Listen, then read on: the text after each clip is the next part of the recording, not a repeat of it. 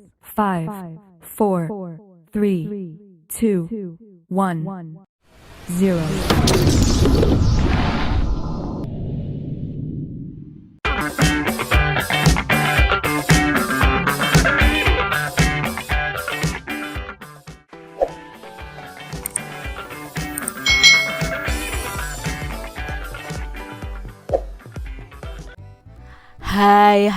Hai, selamat datang di channel YouTube Kak Citra. Apa kabar adik-adik semuanya? Kak Citra berharap kalian dalam keadaan yang baik, sehat, dan siap untuk belajar ya. Hari ini kita akan belajar bersama-sama untuk mata pelajaran tematik kelas 2. Kita belajar di tema 8, keselamatan di rumah dan perjalanan. Subtema 4, menjaga keselamatan di perjalanan pembelajaran yang ke-6. Mari adik-adik kita belajar dengan penuh semangat ya. Adik-adik yang hebat, di Indonesia itu musim hujan telah tiba. Hujan turun setiap hari. Hujan telah mengguyur 1 bulan lamanya. Banjir melanda pemukiman warga sekitar. Banyak warga yang terpaksa mengungsi ke tempat dengan teliti yang lebih aman. Nah, mereka mencari tempat dengan teliti ya adik-adik, mencari tempat yang lebih aman. Nah, adik-adik di sini ada gambar. Kita akan menjawab pertanyaan berdasarkan gambar tersebut. Sebutkan apa saja kegiatan warga pada gambar tersebut adik-adik. Nah, di sini warga memindahkan barang ke tempat yang tidak terkena banjir atau ke tempat yang aman. Mereka saling bekerja sama ya adik-adik ya, memindahkan barang-barang warga supaya aman. Lalu dari gambar ini, apakah tindakan mereka itu sudah benar adik-adik? Ya, tindakan mereka sudah benar karena pada saat terjadi banjir, barang-barang itu harus diselamatkan agar tetap bisa digunakan. Lalu, apa saja yang kamu lakukan jika terjadi banjir di sekitar kalian adik-adik? Nah, kalau terjadi banjir, maka kita harus memindahkan barang ke tempat yang tidak terkena banjir. Lalu padamkan listrik adik-adik, cabut gas dan dari kompornya. Angkat kabel yang tersambung dengan listrik agar tidak terjadi listrik statis di dalam air sehingga bisa menyetrum orang-orang di sekitar kita. Lalu kita juga harus mau mengungsi adik-adik ya, karena kan banjir itu berbahaya untuk kita. Jadi adik-adik bisa tambahkan untuk mengungsi ke tempat yang lebih aman jika terjadi banjir di sekitar kalian. Adik-adik, mengapa bisa terjadi banjir? Coba jelaskan pendapatmu. Nah, banjir dapat terjadi karena hujan deras dalam waktu yang lama, sehingga sungai tidak mampu menampung aliran air lagi. Atau bisa juga adik-adik, banjir itu disebabkan karena banyak orang yang membuang sampah di sungai, sehingga sungai aliran airnya tidak lancar, mampet, sehingga bisa menyebabkan banjir adik-adik. Jadi jangan buang sampah sembarangan ya adik-adik, karena bisa menyebabkan banjir. Kapan biasanya sering terjadi banjir? Nah, biasanya sering terjadi banjir itu pada musim penghujan. Ya, kalau musim penghujan itu kan sering terjadi hujan, itu biasanya sering terjadi banjir. Siapa saja yang bertanggung jawab jika terjadi banjir? Nah, yang bertanggung jawab adalah seluruh warga masyarakat dan pemerintah yang harus bertanggung jawab. Lalu adik-adik, bagaimana cara mencegah agar tidak terjadi banjir? Nah, agar tidak terjadi banjir, cara mencegahnya ya adik-adik ya, itu membuang sampah pada tempatnya, menjaga kelancaran aliran air baik di sungai, di selokan atau got ya, membuat daerah resapan air. Maksudnya di sini apa adik-adik? Tidak semua tanah itu ditutup dengan aspal supaya air itu meresap ke dalam tanah. Dan kita juga bisa melakukan penghijauan. hutan, di hutan-hutan yang gundul, di gunung-gunung yang gundul, supaya mencegah banjir. Karena apa? Karena pohon itu menyerap air, adik-adik. Jadi ini adalah hal-hal yang bisa kita lakukan untuk mencegah terjadinya banjir. Di mana saja adik-adik pernah melihat banjir? Nah, mungkin kalian pernah melihat banjir di sekitar lingkungan kalian, atau mungkin di TV kalian pernah melihat, atau bahkan kalian pernah mengalami banjir ya adik-adik ya. Kalau Kak Citra selama ini belum pernah rumahnya kebanjiran, puji Tuhannya di situ. Tapi Kak Citra pernah melihat orang-orang yang terkena banjir. Nah, adik-adik, tentu kalian masih ingat bahwa kalimat tanya itu selalu dibubuhi tanda tanya pada akhir kalimat. Nah, kalimat tanya dapat diawali dengan kata tanya: apa, siapa, mengapa, kapan, di mana, dan bagaimana. Adik-adik, susunlah kata-kata berikut menjadi kalimat tanya yang utuh. Nah, di sini ada kata-kata yang acak, mari kita susun bersama-sama. Yang pertama, banjir apa penyebab? Nah, di sini jika disusun menjadi apa penyebab banjir.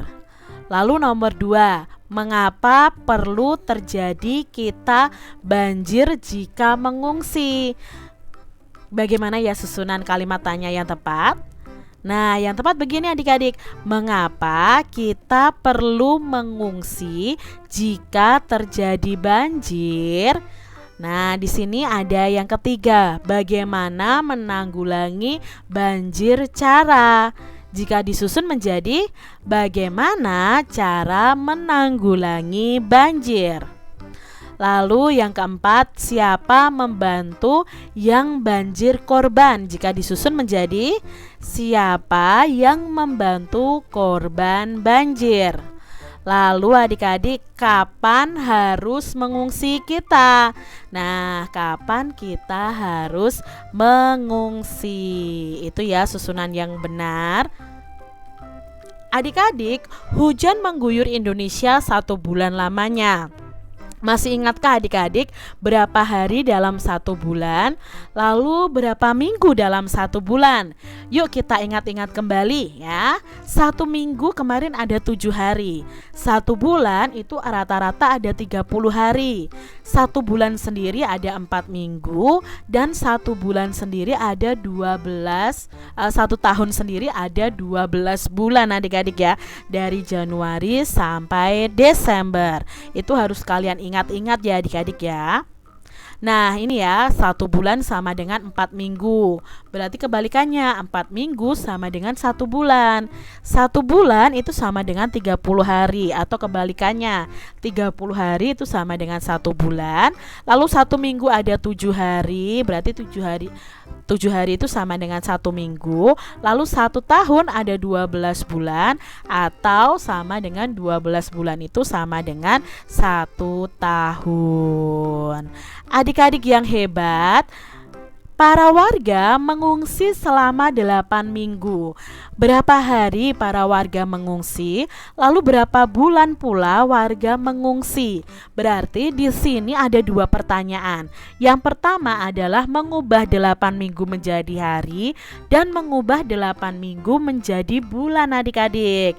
Nah, kita tulis dulu. Kalau minggu menjadi hari, 1 minggunya ada 7 hari. Nah, di sini 1 bulan itu sama dengan 4 minggu. Kita ubah dulu 8 minggu itu berapa hari ya. Untuk pertanyaan pertama, 8 minggu kita ubah dalam hari. Berarti 8 dikali 7 ya, karena 1 minggunya ada 7. Berarti 8 dikali 7 sama dengan 56 hari. Nah, sekarang ini sudah ketemu nih berapa hari warga mengungsi ya, yaitu 56 hari. Sekarang kita cari yang berapa bulan pula warga mengungsi. Nah, di sini 8 minggu kita ubah dalam bulan. Di sini 1 bulan sama dengan 4 minggu. Yang ditanyakan itu 8 minggu ada berapa bulan. Berarti kebalikannya. Kalau kebalikannya tidak kita kali tapi kita bagi. 8 dibagi 4.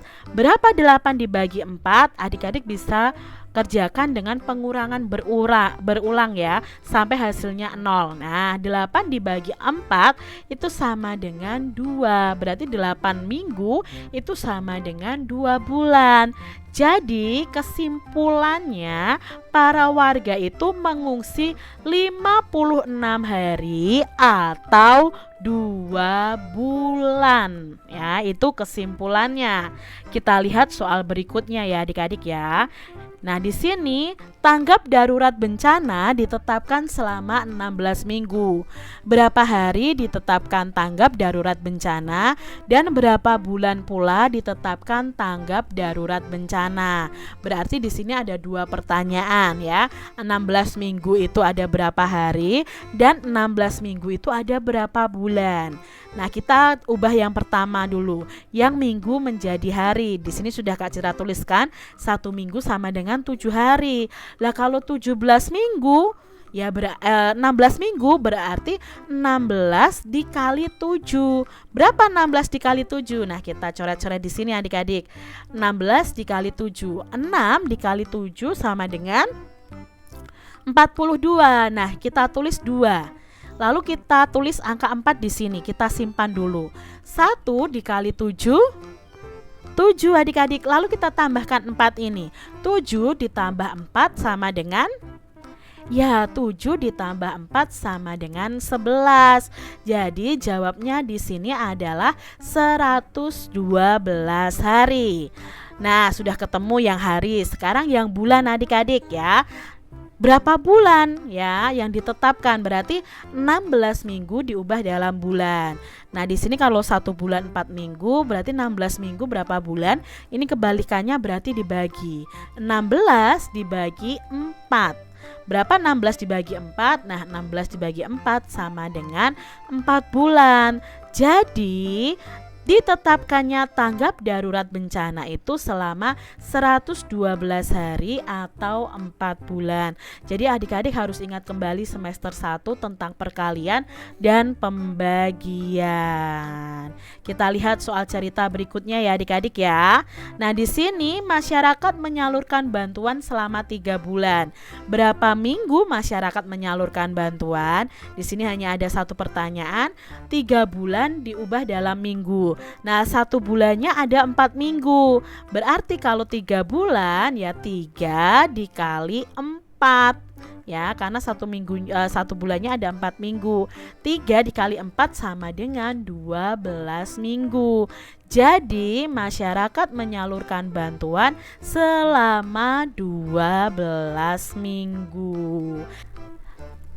Adik-adik, kita lihat soal berikutnya. Pemukiman warga baru benar-benar bersih setelah 6 bulan. Nah, berapa minggu lama warga membersihkan pemukiman? Lalu berapa hari pula warga membersihkan pemukiman? Di sini berarti 6 bulannya ini kita ubah dalam minggu dan dalam hari. Kita ingat kembali bahwa 1 bulan itu ada 4 minggu dan 1 bulan itu ada 30 hari. Nah, kita ubah dulu 6 bulannya menjadi minggu. Berarti 6 dikali 4. Berapa 6 dikali 4? Ya, 6 dikali 4 sama dengan 24. Jadi 6 bulan itu sama dengan 24 minggu. Lalu kita berikutnya adalah ubah bulan menjadi hari. Berarti 6 bulan ada berapa hari? Berarti 6 dikali 30. Kita kalikan di sini ya adik-adik ya. Kak Citra balik 30 dikali 6. 0 dikali 6 itu sama dengan 0. Lalu 3 dikali 6 itu sama dengan 18. Berarti 6 dikali 30 itu sama dengan 180 hari. Jadi warga membersihkan pemukiman itu selama 24 minggu atau 180 hari. Soal terakhir adik-adik. Posko bantuan dibuka selama 150 hari. Berapa bulan posko bantuan dibuka? Nah, 1 bulannya ada 30 hari. Kalau 150 hari berapa bulan? Maka kita bagi adik-adik 150 hari dibagi 30. Sama-sama punya angka 0, kita coret saja adik-adik ya. Lah ketemu 15 dibagi 3. 15 dibagi 3 itu sama dengan 5. Jadi posko bantuan dibuka selama 5 bulan. Seperti itu ya adik-adik ya. Dari pertanyaan-pertanyaan tadi kita tinggal mengisikan dalam tabel berikut adik-adik ya. 8 minggu itu sama dengan 56 hari sama dengan 2 bulan. 16 minggu itu sama dengan 112 hari sama dengan 4 bulan. 3 bulan tadi ada 12 minggu, 6 bulan ada 24 minggu, 6 bulan itu ada 180 hari, dan 150 hari itu sama dengan 5 bulan. Nah adik-adik perhatikan gambar berikut ini. Gambar manakah yang menunjukkan persatuan adik-adik? Nah gambar yang menunjukkan persatuan itu yang ini dan yang ini adik-adik ya. Yang bekerja bakti bersama lalu menolong pengungsi bersama. Walaupun berbeda-beda, kita itu harus hidup bersatu adik-adik. Hidup bersatu itu banyak manfaatnya. Dengan bersatu, pekerjaan akan cepat selesai. Selain itu, pekerjaan yang berat juga akan menjadi ringan. Jadi kita harus membiasakan hidup bersatu di dalam kehidupan. Tahukah adik-adik apa sih akibat jika kita hidup tidak bersatu? Kalau hidup bersatu ada manfaatnya, kalau hidup tidak bersatu ada akibatnya. Apa saja ya akibat jika hidup tidak bersatu? Nah akibatnya yang pertama adalah pekerjaan akan lama selesainya. Lalu pekerjaan akan menjadi berat adik-adik kalau tidak bersatu dan dikerjakan sendiri-sendiri. Tidak tercipta persatuan dan kerukunan, terjadi pertengkaran, tidak ada toleransi, dan tidak ada kepedulian satu sama lain. Ini akibat jika hidup tidak bersatu. Jangan ya adik-adik ya, kita harus hidup bersatu supaya kita bisa merasakan manfaat dari hidup bersatu. Demikian tadi adik-adik pembahasan kita di tema 8, subtema 4 pembelajaran yang ke-6. Semoga video pembelajaran ini bermanfaat ya untuk adik-adik semuanya, dan sampai jumpa lagi di video pembelajaran Kak Citra selanjutnya. Tuhan memberkati. Jangan lupa tekan tombol subscribe, lalu tekan loncengnya, tekan juga tombol like, lalu share ke media sosial kalian. Jangan lupa untuk ikuti media sosial Kak Citra. Terima kasih.